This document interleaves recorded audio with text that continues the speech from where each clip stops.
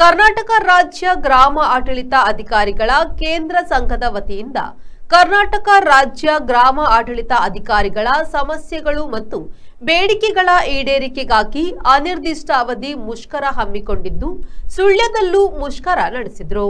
ಸರ್ಕಾರದ ಪ್ರಧಾನ ಕಾರ್ಯದರ್ಶಿಗಳು ಕಂದಾಯ ಇಲಾಖೆ ಅವರ ಅಧ್ಯಕ್ಷತೆಯಲ್ಲಿ ನಡೆದ ಸಭೆಯಲ್ಲಿ ಗ್ರಾಮ ಆಡಳಿತ ಅಧಿಕಾರಿಗಳ ಎಲ್ಲಾ ಬೇಡಿಕೆಗಳನ್ನು ಈಡೇರಿಸುವಂತೆ ಭರವಸೆ ನೀಡಿದ್ದಾರೆ. ಅದರಂತೆ ರಾಜ್ಯವ್ಯಾಪಿ ಮುಷ್ಕರವನ್ನು ಹಿಂಪಡೆಯಲಾಗಿತ್ತು.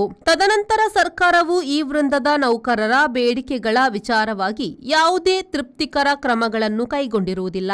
ಇದೀಗ ಬೇಡಿಕೆಗಳ ಈಡೇರಿಕೆಗಾಗಿ ಆಗ್ರಹಿಸಿ ಎಲ್ಲಾ ಕೆಲಸಗಳನ್ನು ಸ್ಥಗಿತಗೊಳಿಸಿ ರಾಜ್ಯವ್ಯಾಪಿ ಮುಷ್ಕರ ನಡೆಸುತ್ತಿದ್ದೇವೆ ಎಂದು ಪ್ರತಿಭಟನಾಕಾರರು ಹೇಳಿದರು. ಫಲಪ್ರದವಾಗಿರತಕ್ಕಂಥ ನಮ್ಮ ಮುಷ್ಕರದ ಬಗ್ಗೆ, ನಮ್ಮ ಬೇಡಿಕೆಗಳ ಬಗ್ಗೆ ಸರ್ಕಾರ ಕ್ರಮವನ್ನು ಕೈಗೊಳ್ಳಿಲ್ಲ.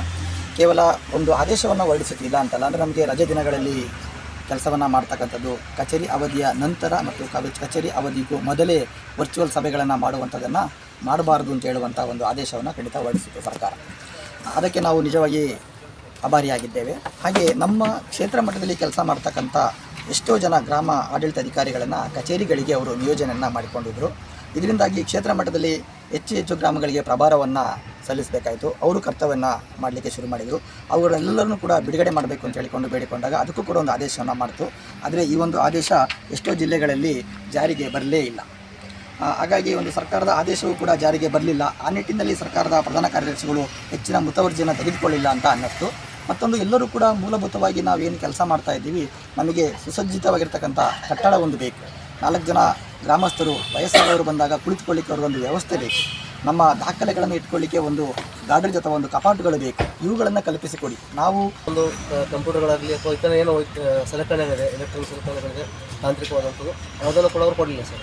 ವಿಪರ್ಯಾಸ ಏನಂದರೆ, ಇನ್ನೂ ಕೂಡ ಒಂದು ಸದನದಲ್ಲಿ ಚುಕ್ಕೆ ಪ್ರಶ್ನೆ ಕೇಳಿದಾಗ ನಮ್ಮ ಸಚಿವರು ಹೇಳಿದರು, ತಾಂತ್ರಿಕವಾಗಿ ಗ್ರಾಮಾಡಳಿತಾಧಿಕಾರಿಗಳನ್ನ ತಾಂತ್ರಿಕ ಹುದ್ದೆ ಅಂತ ನೀವು ಪರಿಗಣಿಸ್ತೀರಾ ಅಂತ ಕೇಳಿದಾಗ ಆ ಪ್ರಸ್ತಾವನೆ ಇಲ್ಲ ಅಂತ ಹೇಳಿದ್ರು. ಫ್ಯಾನ್ ಸೌಲಭ್ಯ ಆದರೂ ಕೂಡ ಎಲ್ಲ ನಮ್ಮ ಪಂಚಾಯತ್ ಮೆಂಬರ್ಗಳು, ಊರಿನ ಜನರ ಅಮೌಂಟಿಂದಲೇ ಮಾಡಿದಂಥದ್ದೆಲ್ಲ ಕೂಡ ಇದೊಂದು ವಿಷಯ. ಅಲ್ಲಿ ಸಪ್ರೇಟಾಗಿ ನಮಗೆ ಶೌಚಾಲಯ ವ್ಯವಸ್ಥೆ, ಒಂದು ಆಫೀಸ್ ವ್ಯವಸ್ಥೆ ಮುಖ್ಯವಾಗಿ ಬೇಕಾಗಿರುತ್ತದೆ. ಮತ್ತು ಎಲ್ಲ ಆ್ಯಪ್ ಮೂಲಕ ಆ್ಯಪ್ನಿಂದ ಮಾಡುವಂತಹ ವರ್ಕ್ಗಳು, ಅದಕ್ಕೆ ಕೂಡ ನೆಟ್ ಸೌಲಭ್ಯ ಆಗಲಿ ಮೊಬೈಲ್ ಆಗಲಿ ಯಾವುದು ನಮಗೆ ಸೌಲಭ್ಯ ಇಲ್ಲ. ಪ್ರೋಗ್ರೆಸ್ ಮಾತ್ರ ಕರೆಕ್ಟಾಗಿ ಕೊಡಬೇಕಾದಂಥದ್ದು. ಆಗ ನಮಗೆ ಅಂಥ ಸೌಲಭ್ಯಗಳು ಕೂಡ ಡಾಟಾ ಪ್ಯಾಕ್, ಕಂಪ್ಯೂಟರ್, ಪ್ರಿಂಟರ್ ಅದೆಲ್ಲ ಬೇಕಾದಂಥದ್ದು, ಅದು ಒದಗಿಸಬೇಕು ಅಂತ. Pushparaj Shetty, V4 news, Sullia.